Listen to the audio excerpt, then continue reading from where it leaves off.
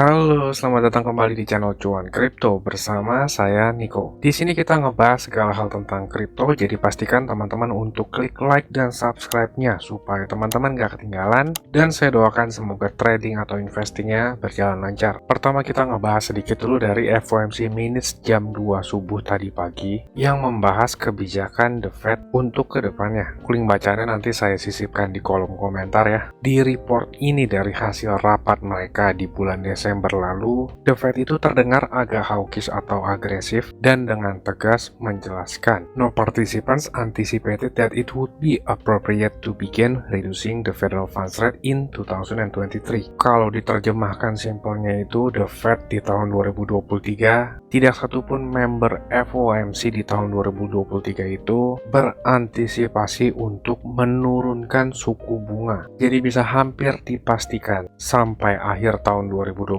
itu selalu ada kenaikan suku bunga. Yang artinya ini kurang bagus untuk pasar modal atau stock market dan juga kripto. Para partisipan itu ngotot untuk menurunkan inflasi kembali ke angka 2%. Hanya saja kenaikan suku bunganya tidak seagresif tahun lalu yang naik 75 basis point atau 0,75%, karena target Fed Funds Rate di tahun 2023 itu suku bunganya ada di antara bracket 5% sampai 5,25%. Suku bunga terakhir pada saat ini itu kan di angka 4,5%. Jadi sampai akhir tahun kita masih bisa ngelihat kenaikan 0,75% lagi. Bisa jadi sampai akhir tahun kenaikannya itu 25 basis point atau 0,25% 3 kali, ataupun 0,5 lalu 0,25 lagi. FOMC meeting sampai akhir tahun itu ada 8 kali pertemuan ya. Jadi dalam 8 kali pertemuan itu kemungkinan The Fed dalam beberapa meeting tidak menaikkan suku bunga atau suku bunganya tetap. Yang dijelaskan dalam FOMC Minutes reportnya adalah target rate dan juga strong commitment untuk menurunkan inflasi ke angka 2%. Mereka lebih mengedepankan inflasi diturunkan daripada labor market. Dan di sini juga dijelaskan, mereka itu juga berfokus pada data dan melihat kebutuhan untuk mempertahankan fleksibilitas dan pilihan. Maksudnya di sini adalah mereka boleh ngotot tapi juga ngelihat keadaan ekonominya. Jika dibutuhkan suatu tindakan lain atau ada opsi lain ya mereka nggak tutup mata karena mereka bersiap untuk menyesuaikan kebijakan moneter yang sesuai dengan resikonya. The Fed itu punya tools yang sangat kuat ya, yaitu quantitative easing atau cetak uang. Walaupun kemungkinannya sangat kecil banget untuk The Fed melakukan hal itu, tapi kita nggak bisa menutup kemungkinannya karena saat di sesi wawancara Jerome Powell speech, saat saya memperhatikan, Jerome Powell sendiri yang berkata quantitative easing itu mungkin terjadi seperti yang dilakukan pada tahun 2020. Kenapa saya bilang kita nggak boleh menutup kemungkinan The Fed itu akan menggunakan quantitative easing? Teman-teman mau dapetin penjelasannya di channel ini ya, karena di channel lain saya nggak ngeliat sejauh ini yang membahas tentang kemungkinan The Fed akan melakukan quantitative easing atau cetak uang. Kalau nggak percaya, kita lihat lagi press conference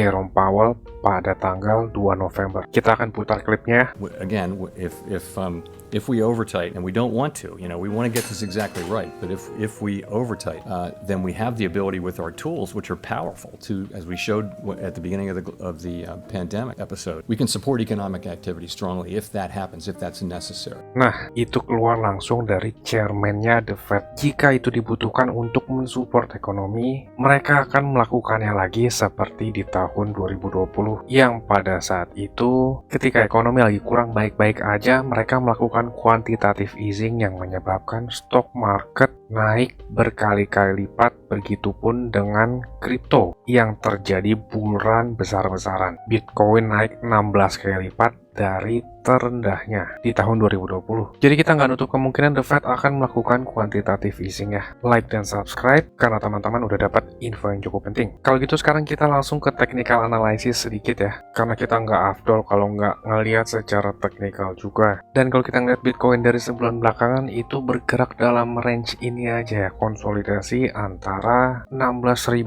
ke 17.000. nggak terlalu banyak peluang di market ya, tapi sempat beberapa kali saya masuk market dan saya sharing itu ada di grup member cuan kripto. Di video terakhir ini saya ngejelasin entry saya yang ada di grup saat saya masuk di 16.400. Buat yang mau gabung member nanti di akhir video jelaskan ya. Dan kita kembali ke Bitcoin saat ini itu tadi pagi setelah FOMC minutes reportnya dirilis, Bitcoin itu dapat rejection yang cukup kuat dari level 17.000. Selain karena Bitcoin lagi di resistance, kebijakan The Fed juga ikut mempengaruhi karena di rilis data tersebut The Fed agak hawkish dan berencana menaikkan suku bunga yang tadi. Seenggaknya kenaikan suku bunganya nggak seagresif tahun lalu ya. Dari time frame kecil kita ngelihat Bitcoin di sini membentuk dan menyelesaikan 5 wave. Tapi elite wave itu fraktal sifatnya. Jadi semakin jauh kita ngelihatnya akan semakin besar juga wave. Karena sebelumnya kita juga ngelihat Bitcoin di sini membentuk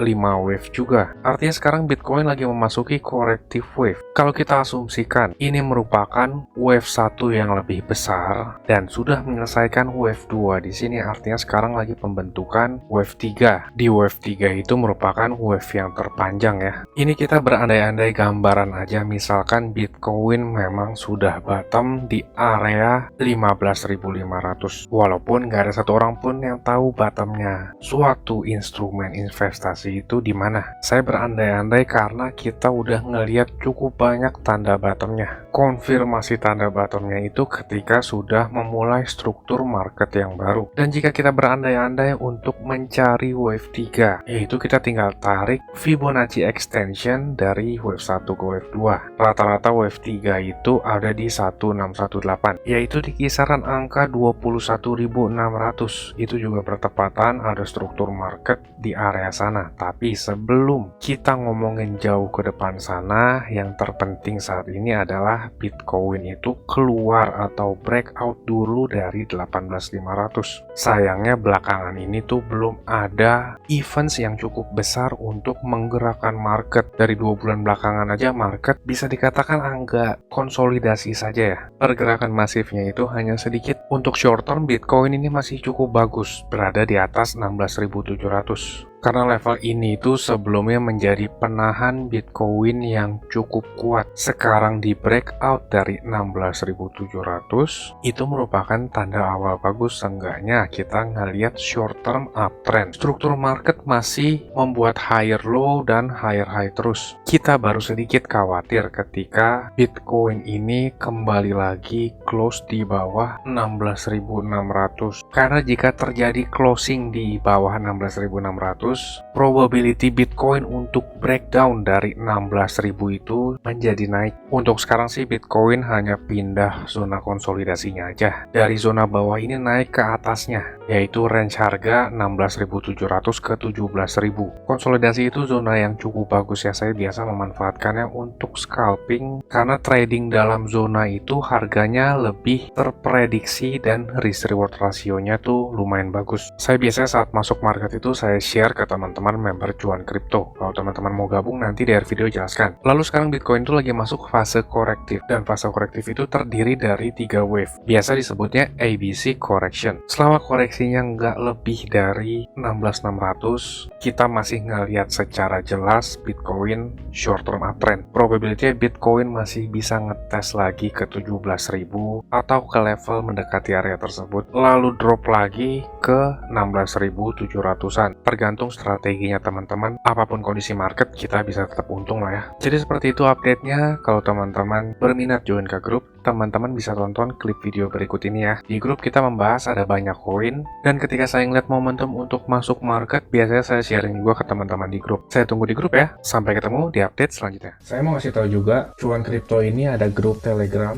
dan juga udah cukup banyak juga aktif membernya. Keuntungan yang didapat yaitu teman-teman sekalian waktunya efisien, nggak pusing buat analisa chart, apalagi yang belum ngerti. Yang kedua, update terdepan, karena saya lebih sering update dan aktif di grup tersebut ya. Yang Yang ketiga, teman-teman sekalian dikasih tahu kapan waktu terbaik untuk beli koin. Dan itu biasanya barengan saat saya juga beli koin. Yang keempat, ada diskusi grup chat buat ngobrol sesama member, saling kenal, dan tanya jawab. Dan yang terakhir, teman-teman bisa request koin untuk dianalisa. Ini grupnya nggak gratis ya teman-teman, tapi tenang, harganya murah kok. Yaitu Rp199.000.